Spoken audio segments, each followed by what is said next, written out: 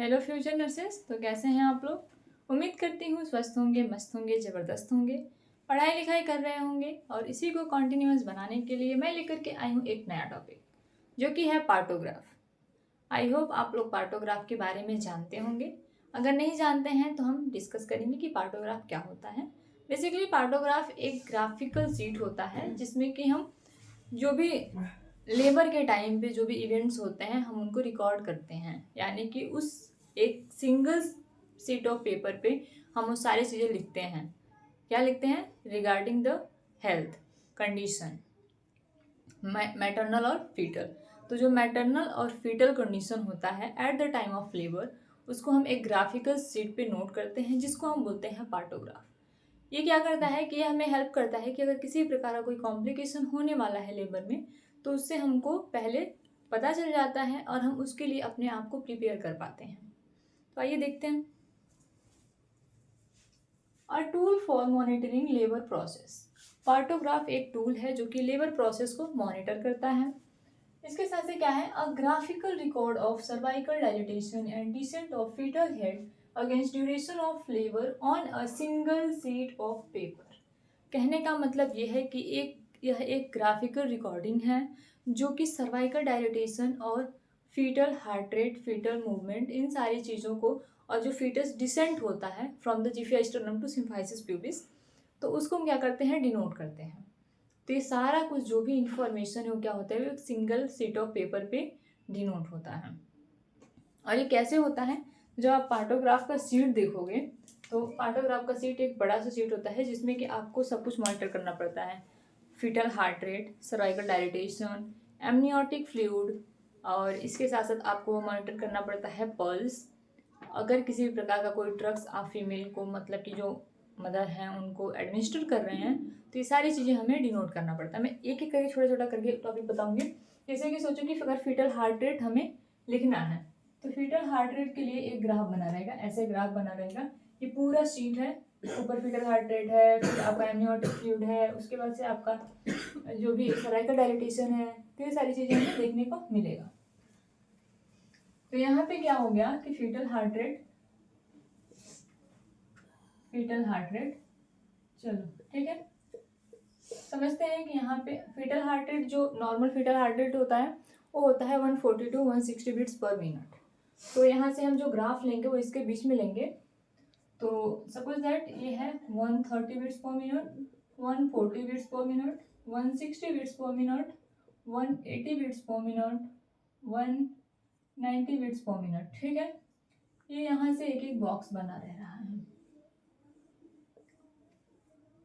ठीक है, अब हमने मॉनिटर किया फीटल हार्ट रेट। जो फीटल हार्ट रेट हम मॉनिटर करते हैं वो आधे घंटे में करते हैं, मतलब एवरी हाफ आवर में हम क्या करते हैं? उसको मॉनिटर करते हैं। तो अगर हमने फर्स्ट 30 मिनट में अगर हमने मॉनिटर किया, तो मानते हैं कि उसका जो हार्ट रेट है वो आया 130, तो हम यहाँ पे इसको पॉइंट से डिनोट कर देंगे। जब नेक्स्ट 30 मिनट में अगर हम मॉनिटर करते हैं, उसका आता है 140, तो हमने यहाँ पे डिनोट कर दिया। नेक्स्ट में अगर 150 आता है तो यहाँ पे हो सकता है कि फॉल्स भी हो। अगर नेक्स्ट 30 मिनट्स में या फिर 25 मिनट्स में हम मॉनिटर कर रहे हैं और यहाँ पे आपको फिर से 130 आ जा रहा है, 140 आ जा रहा है, तो वैसे करके जो भी इसमें हमारा डेटा आता है उस डेटा को हम इसको फिल कर देते हैं, पॉइंट से डिनोट कर देते हैं। इसके बाद से जैसे हमारा जो ये सीट है वो फिल हो जाता है, तो हम इसको क्या करते हैं? मैच कर देते हैं और हमारा बन जाता है एक ग्राफ। सेम ऐसे ही हम देखते हैं अगर सर्वाइकल डायलिटेशन है, तो यहाँ पे अगर आप सर्वाइकल डायलिटेशन, ये हमें अलग अलग नहीं बनाना है, आपको पूरी शीट पे मिलेगा एक साथ, आपको बस उसमें फिल करना है। तो इसमें क्या होगा कि अगर ये इसमें आपका सर्वाइकल डायलिटेशन है, तो सोचो कि यहाँ पे सर्वाइकल डायलिटेशन हो गया, यहाँ पे सेंटीमीटर दे देगा। ठीक है, सेंटीमीटर। अब हमें पता है कि जो सर्वाइकल डायलिटेशन होता है वो 10 सेंटीमीटर का, मतलब fully dilatation of the cervix वो 10 सेंटीमीटर होता है। तो हम यहाँ पे लिख लेंगे। ठीक है, 1 2 3 4 5 6 7 8 9 10। ठीक है, माना कि हमने यहाँ पे 10 तक लिख लिया।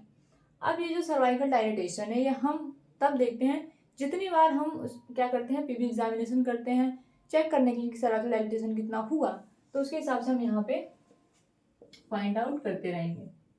ठीक है, तो अगर फर्स्ट पीवी एग्जामिनेशन में जो सर्वाइकल डायलिटेशन है वो कितना हुआ 2 सेंटीमीटर, तो हम यहाँ पे लिख देंगे 2 सेंटीमीटर, मतलब कि पॉइंट आउट कर देंगे। फिर 2.5 सेंटीमीटर। इस बात का ध्यान रखना है कि सर्वाइकल डायलिटेशन कभी भी कम नहीं होगा, वो इंक्रीज ही होता जाएगा। मतलब जैसे फिटल हार्ट साउंड क्या होता था, थोड़ा लो हो रहा था, अप हो रहा था, अप डाउन हो रहा था, बट जो ये सर्वाइकल डायलिटेशन है ये ऐसा नहीं होगा। चाहे वो 0.5 सेंटीमीटर ही इंक्रीज हो, बट ये इसमें इंक्रीमेंट होगा, डिक्रीज नहीं होगा। इसके बाद से हमने क्या किया, ये एक टाइम ऐसा आएगा जब ये पूरा 10 सेंटीमीटर तक डायलेट हो जाएगा। हम क्या करेंगे, इसको ग्राफ को कंप्लीट कर देंगे। तो ये होता है हमारा पार्टोग्राफ। अभी इसमें कुछ और पॉइंट्स बाकी हैं, जैसे कि एमनियोटिक फ्लूइड है, पल्स है, ड्रग्स वगैरह है, तो हम क्या करेंगे, एक एक करके देखेंगे। ओके, तो सबसे पहले अभी हम देखेंगे कि एडवांटेजेस क्या क्या हैं। तो एडवांटेजेस में देखेंगे कि a single sheet of paper can provide details of necessary information at a glance. कहने का मतलब यह है कि हमें ज़्यादा इंस्ट्रूमेंट की ज़रूरत नहीं है, ज़्यादा मॉनिटरिंग इक्विपमेंट की ज़रूरत नहीं है। एक सिंगल सीट हमें सारा इंफॉर्मेशन प्रोवाइड कर सकता है जो कि नेसेसरी है for the normal vaginal delivery. Next है, no need to record labour events repeatedly, क्योंकि हमारे पास जो सारा इंफॉर्मेशन हमें सिंगल सीट ऑफ पेपर पे हमारे पास है, हमारे पास पहले से अवेलेबल है, तो हमें जो लेबर इवेंट हो रहे हैं उसको बार बार रिकॉर्ड करने की नीड नहीं है। नेक्स्ट है, give clear picture of normality and abnormality in labour. और देखो, अगर हमने जो पार्टोग्राफ है, पार्टोग्राफ सीट फिल कर लिया है, उसमें हमारा फीटल हार्ट साउंड है, सर्वाइकल डायलिटेशन है, एमनियोटिक फ्लूइड का जो भी कैरेक्टरिस्टिक्स है वो हमारे पास सब कुछ है, जो ड्रग्स एडमिनिस्टर कर रहे हैं ये सारी चीज़ें हैं, तो इससे हमें ये पता चल जाएगा कि क्या एबनॉर्मल होने वाला है, क्या नॉर्मल होने वाला है। क्योंकि देखो, जहाँ फीटल हार्ट साउंड डाउन हुआ, कम हुआ या फिर ज़्यादा हुआ, हमें पता है कि कुछ ना कुछ यहाँ पे प्रॉब्लम है, उसके लिए हमें क्या करना है। अगर सर्वाइकल डायलिटेशन नहीं हो रहा है, मतलब कि 8 to 10 आवर्स हो चुका है फर्स्ट स्टेज ऑफ डायलिटेशन का, लेकिन अब उसमें क्या हुआ, अब अभी स्टेज वो कंप्लीट हो गया है, आवर्स कंप्लीट हो गए हैं और डायलिटेशन नहीं हुआ है, मतलब कि ये हमारा प्रोलॉन्ग लेबर जाने वाला है। तो ये सारी चीज़ें हमें पहले पता चल जाता है। तो इससे क्या होता है कि नॉर्मेलिटी एबनॉर्मेलिटी का पता है, तो हम उसके हिसाब से अपने आप को प्रिपेयर करते हैं। नेक्स्ट है, it can predict deviation from duration of labour, so appropriate steps could be taken in time. मतलब यह करता है कि अगर लेबर में कोई भी डेविएशन आ रहा है, मतलब कि नॉर्मल लेबर अगर इनिशिएट नहीं हो रहा है, तो उसके बारे में हमें प्रेडिक्शन हो जाता है, पता चल जाता है, और नेक्स्ट हमारा क्या स्टेप होगा, इस चीज़ के लिए हम प्रिपेयर रहते हैं। इसके बाद देखेंगे पार्टोग्राफ के कुछ प्रिंसिपल्स हैं।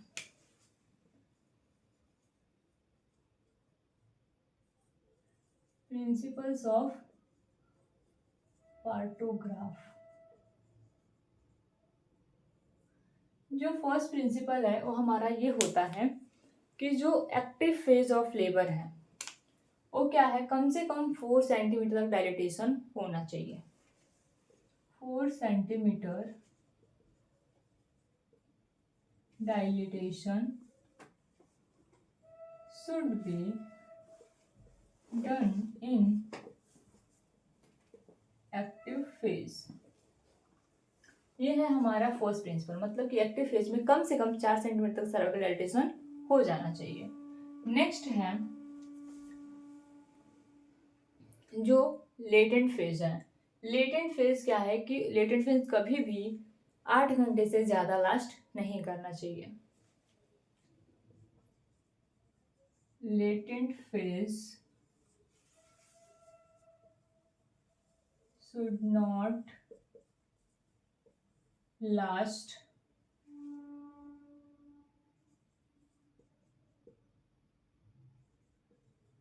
Maximum 8 hours. मतलब कि जो सेकेंड जो लेटेंट फेज है वो 8 घंटे से ज़्यादा नहीं रहना चाहिए। देखो, पहले मैं ये बताऊँ कि एक्टिव फेज और लेटेंट फेज है क्या। वैसे आप लोगों ने, तो अगर आपने पहली क्लासेस पढ़ी होंगी तो उसमें देखा होगा कि हमने जो लेबर के स्टेजेस पढ़े हैं उसमें मैंने मेंशन किया हुआ है कि ये लेटेंट फेज, एक्टिव फेज क्या होता है। तो ये क्या है कि ये पार्ट है फर्स्ट स्टेज ऑफ लेबर के। जो फर्स्ट स्टेज ऑफ लेबर है उसको 3 पार्ट में डिवाइड किया गया है, लेटेंट फेज, एक्टिव फेज और ट्रांजिशन फेज। जो लेटेंट फेज होता है वो स्टार्ट होता है from the true labour pain to end with the 3 centimetre dilatation of the cervix. उसके बाद से आता है एक्टिव फेज। जो एक्टिव फेज है वो स्टार्ट होता है 3 सेंटीमीटर डायलेटेशन ऑफ सर्विक्स से लेकर के 8 सेंटीमीटर तक डायलेटेशन ऑफ द सर्विक्स। उसके बाद से आता है ट्रांजिशन फेज। ट्रांजिशन फेज सबसे छोटा होता है जिसमें कि बस 2 सेंटीमीटर तक डायलेटेशन होता है, क्योंकि 8 सेंटीमीटर डायलेटेशन हमारा एक्टिव फेज में हो चुका है, बाकी 2 सेंटीमीटर बचा है जो कि ट्रांजिशन फेज में हो जाता है। मतलब कि ट्रांजिशन फेज में टोटल 10 सेंटीमीटर तक डायलेटेशन हो जाता है, कंप्लीट हो जाता है। यही है हमारा लेटेंट और एक्टिव फेज। नेक्स्ट जो है वो ये आता है प्रिंसिपल्स में कि जो सर्वाइकल डायलेटेशन का रेट है वो कम से कम 1 घंटे में 1 सेंटीमीटर तक होना चाहिए।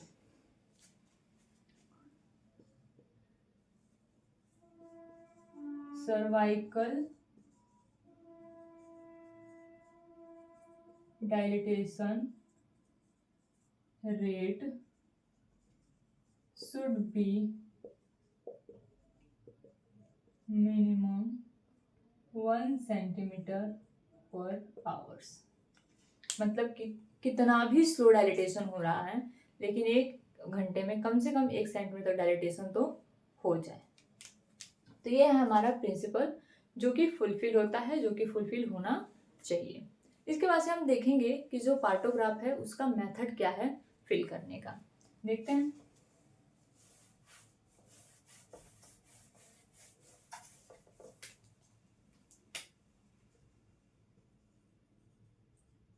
Method of partograph. इसमें हमारा सबसे पहला जो आता है वो आता है maternal information.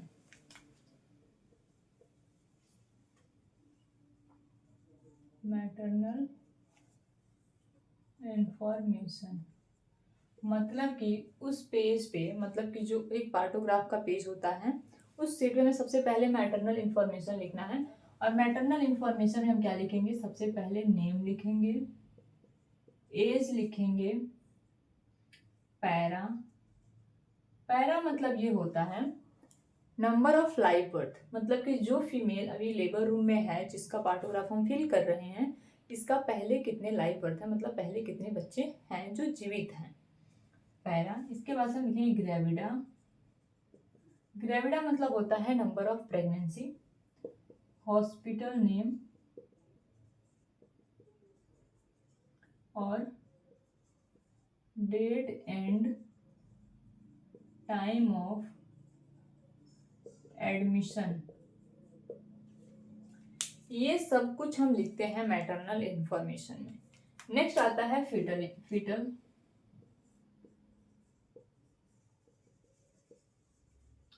Information.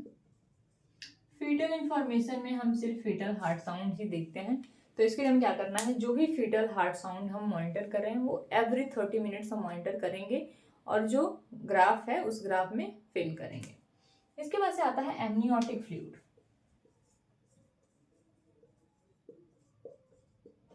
Amniotic fluid. Amniotic fluid देखो, जितनी बार पीवी एग्जामिनेशन करेंगे हम एमनियोटिक फ्लूइड को कंसिडर करेंगे, उसको फिल करेंगे। एमनियोटिक फ्लूइड जो होता है, तो जो हमने अभी स्टार्टिंग में जो हमने ग्राफ देखा था जिसमें कि हम फीटल हार्ट साउंड और उसमें जो भी सर्वाइकल डायलेटेशन है उसको फिल कर रहे थे, सेम उसके नीचे होता है एक बॉक्स टाइप्स ऐसे, ठीक है। यहाँ पे लिखा होता है एमनियोटिक फ्लूइड।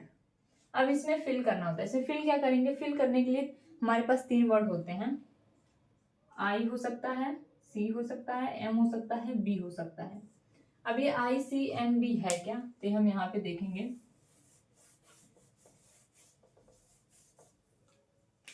आई मतलब इंटेक्ट मेम्ब्रेन, सी मतलब क्लियर फ्लूइड, बी मतलब blood stained amniotic fluid, M मतलब मेकोनियम स्टैंड एमनियोटिक फ्लूइड। तो ये होता है इसका डिस्क्रिप्शन इसके बारे में। तो अगर हमने पीवी एग्जामिनेशन किया, पीवी एग्जामिनेशन करते टाइम हमें पता चलता है कि जो बैग ऑफ मेम्ब्रेन है अभी रप्चर नहीं हुआ है, तो हम लिखेंगे आई, मतलब कि इंटेक्ट मेम्ब्रेन।